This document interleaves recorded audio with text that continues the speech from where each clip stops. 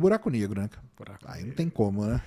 Buraco negro é um objeto mais intrigante, como dizia o Stephen Hawking, nem se você pegar o melhor roteirista de Hollywood, ele conseguiria escrever algo que chegue perto que um buraco negro, cara. Buraco negro é sensacional. Ele foi descoberto... Quando foi descoberto o buraco negro? Então, buraco negro ele foi primeiro descoberto teoricamente, né? Lá com o Einstein, com o Schwarzman, com o Friedman, com aquela galera lá que estudava relatividade. Não chamava buraco negro, né? Eles chamavam de estrela negra, porque eles iam fazendo contas para ver o que acontecia com determinadas estrelas quando elas morriam. Então eles pegavam uma estrela que tem 2 vezes a massa do Sol. Vamos lá, fazia a conta. Isso aqui não vai acontecer nada. 3 vezes a massa do Sol. 4 vezes. 5, 6, 7, 8.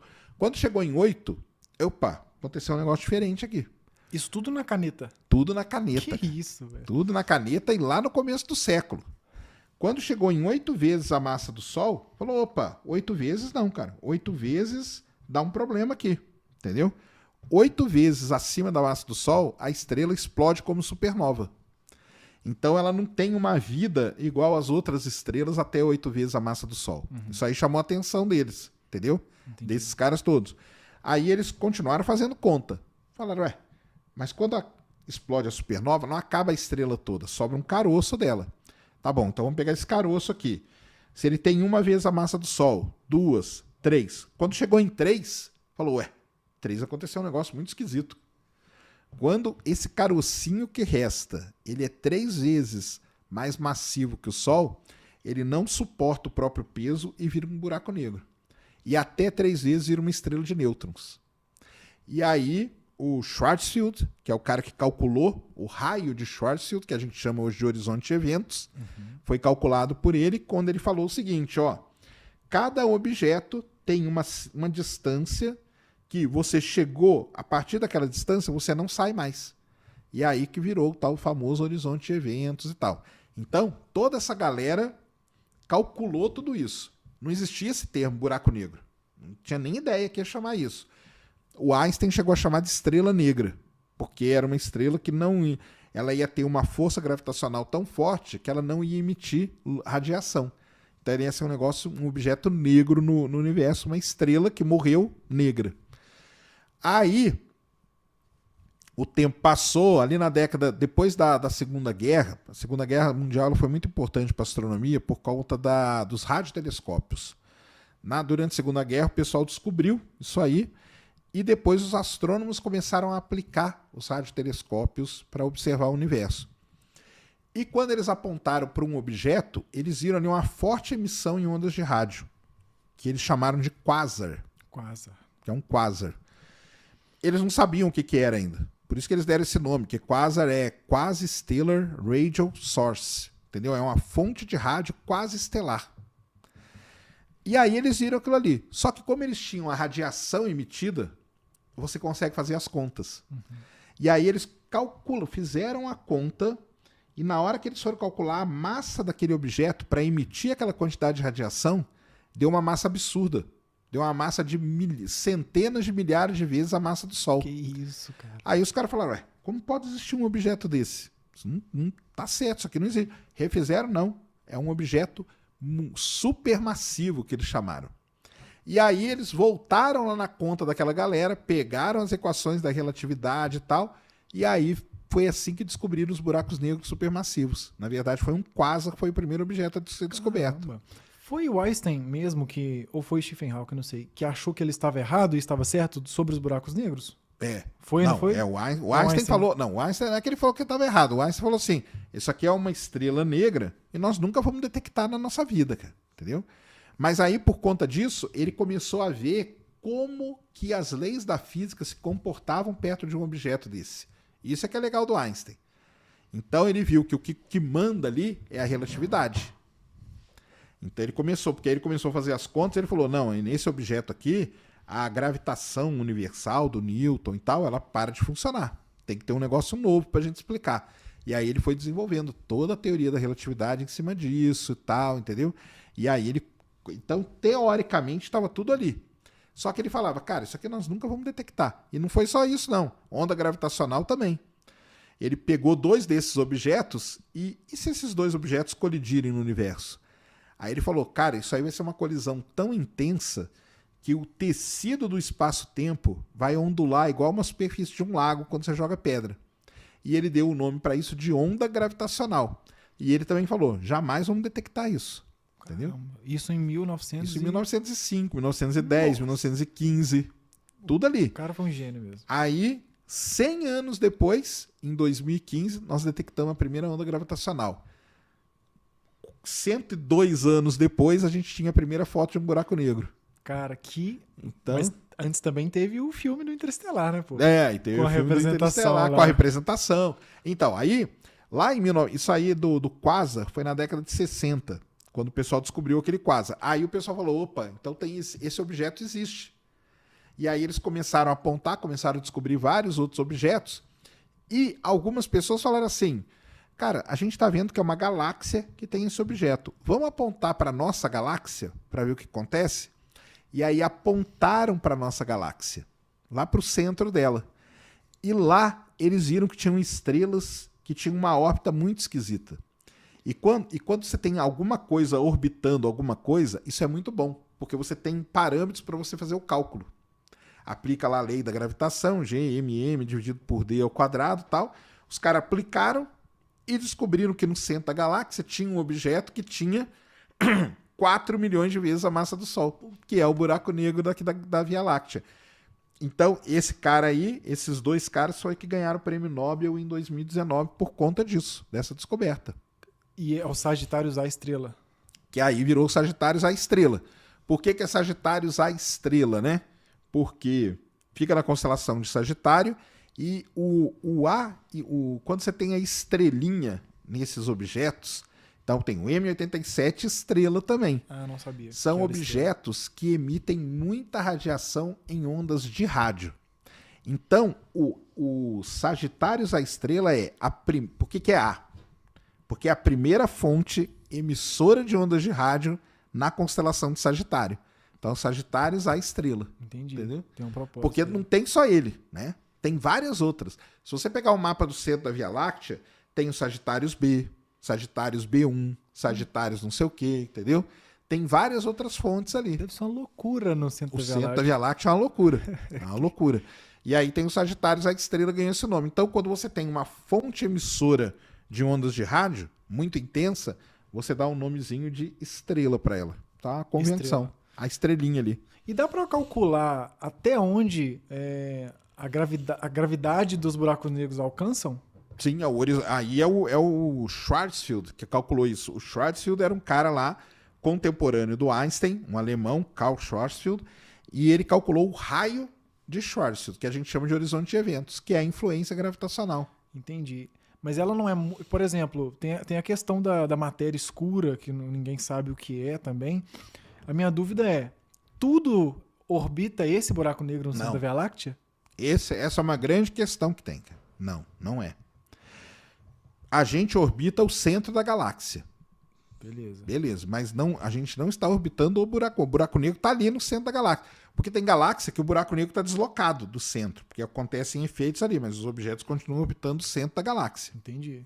Que loucura. E nós não vamos cair nele, não vamos ser sugados por ele, nem nada disso. A não ser que a gente chegue perto. O perto é o quê? O horizonte de eventos. Que é muito perto mesmo. Aí é muito perto, porque é questão ali de 2 anos-luz de distância dele. Entendi. E nós estamos a 26 mil. 26 mil. Estamos tranquilos. Ah, o perto ainda é longe, né? Tipo assim, aos nossos sim. parâmetros, né? É uma coisa... E eu tenho a sensação, quando eu vejo o buraco negro engoliu uma estrela... Isso aconteceu em, sei lá, aconteceu em 4 segundos. Qual que é o processo? Quanto tempo demora para um buraco negro engolir uma estrela? Então vamos lá. Uma coisa muito legal que está acontecendo, até fiz vídeo essa semana disso.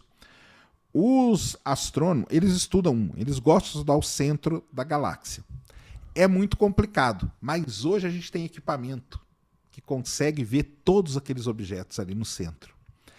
E faz 20 anos, olha só que legal, faz 20 anos que os astrônomos descobriram um objeto que está esticadinho em direção ao buraco negro da Via Láctea.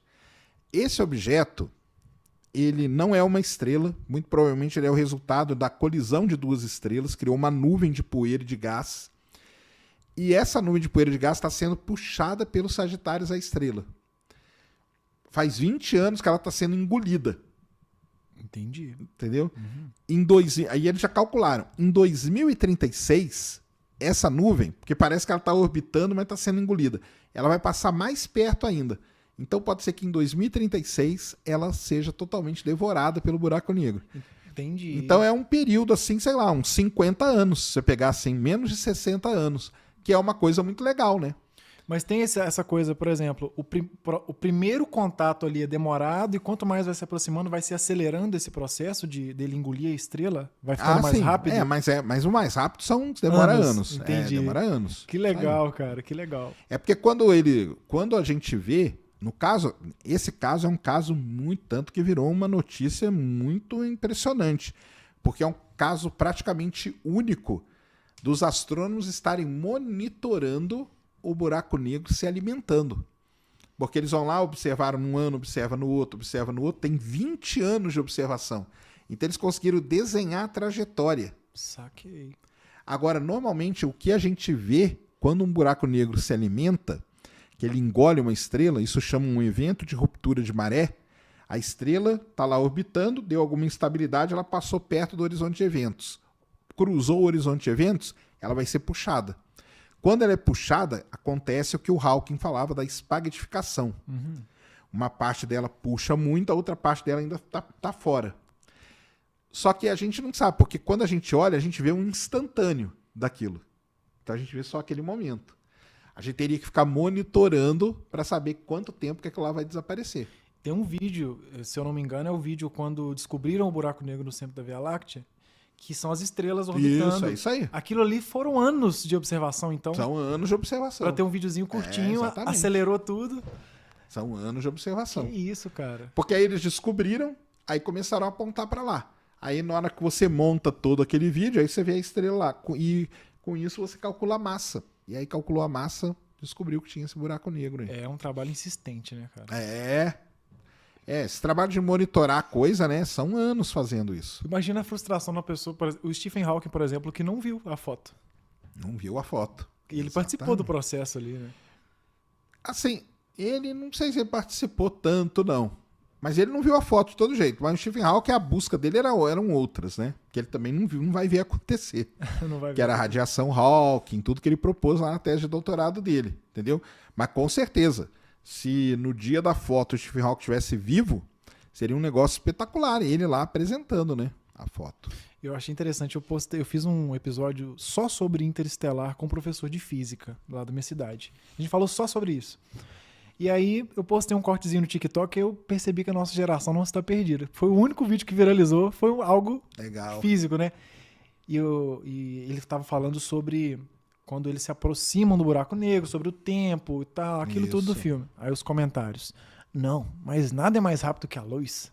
Não, aí o comentário embaixo, né? Porque você nunca andou de Fiat Uno com a escada em cima, umas coisas aí. assim. Como que é? É possível se aproximar de um buraco negro ou qualquer buraco negro vai destruir tudo que aproxima dele? Se você pode se aproximar contanto que você fique fora do horizonte de eventos. Cruzou o horizonte de eventos, não tem volta. Mas não tem volta. Mas dá pra passar sem ser desintegrado? Sem ser espaguetificado, que fala? Isso. Dependendo do tamanho? Se você ficar fora do horizonte de eventos, tá tranquilo. Entendi. Tanto que lá no Interestelar é isso. Aqueles planetas orbitam o buraco negro fora do horizonte de eventos. Entendi. Mas eles estão muito perto. Por isso que o tempo ali passa diferente. Porque eles estão numa situação relativística. Entendi. Então, o horizonte...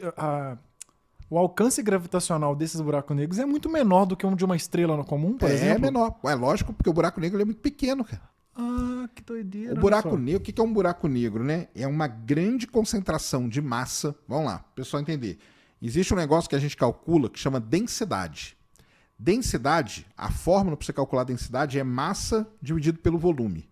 Isso é a fórmula. Um buraco negro é uma grande quantidade de massa, então o numerador é um número muito grande, concentrada num espaço muito pequeno, num volume muito pequeno. Então o denominador, na matemática, no cálculo, a gente fala que ele tende a zero. Ele não é zero, mas ele tende a zero. Então, quando você pega um valor muito grande e divide por outro que tende a zero, o D da densidade aqui, que a gente está calculando, ele tende ao infinito. Putz. Então, o buraco negro ele é um objeto muito compacto, com densidade muito que tende ao infinito, num volume muito pequeno. Por conta dessa equaçãozinha aí que eu falei para vocês, é que o Einstein falava que o buraco negro é onde Deus fez a divisão por zero. O que ele quer dizer isso? Que Deus pegou toda a massa e dividiu por um volume que é zero. Não é zero, mas ele tende a zero, é muito próximo de zero. Então, por isso que o buraco negro é isso. Agora, o raio de influência do buraco negro, tem aquela imagem lá, que agora eu não vou lembrar, cara, mas o do Sagitários, a estrela, o raio, o horizonte de eventos dele seria algo, eu falei 1 ano-luz, 2, né, mas acho que é menos, agora que eu estou lembrando da imagem, seria alguma coisa aí do tamanho do sistema solar, um pouco maior, mas é pequeno perto do tamanho do objeto que tem, né? Entendi. Na minha cabeça era, por ser muito massivo, por isso que eu perguntei se tudo na nossa galáxia orbitava lá. Eu pensei que o alcance gravitacional dele era um absurdo também. Nós não sofremos influência dele. Nós estamos muito longe, Qual que é o buraco negro mais próximo daqui? O mais próximo daqui é um buraco negro que foi descoberto pela missão Gaia há pouco tempo agora. É um buraco negro, uma coisa importante, né? Nós estamos falando de buracos negros supermassivos, mas não existe só esse tipo. Existem buracos negros de massa estelar, que é aquilo que eu falei no começo, quando os caras fizeram a conta da estrela. Então é assim, o buraco negro é dividido pela massa. Se um buraco negro tem de dezenas de vezes a massa do Sol, até 100, 100 e pouquinho, a gente chama ele de buraco negro de massa estelar. Se o buraco negro tem de centenas de vezes até milhares de vezes, a gente chama de buraco negro de massa intermediária. E se o buraco negro tem de dezenas de milhares até bilhões de vezes a massa do Sol, são os supermassivos.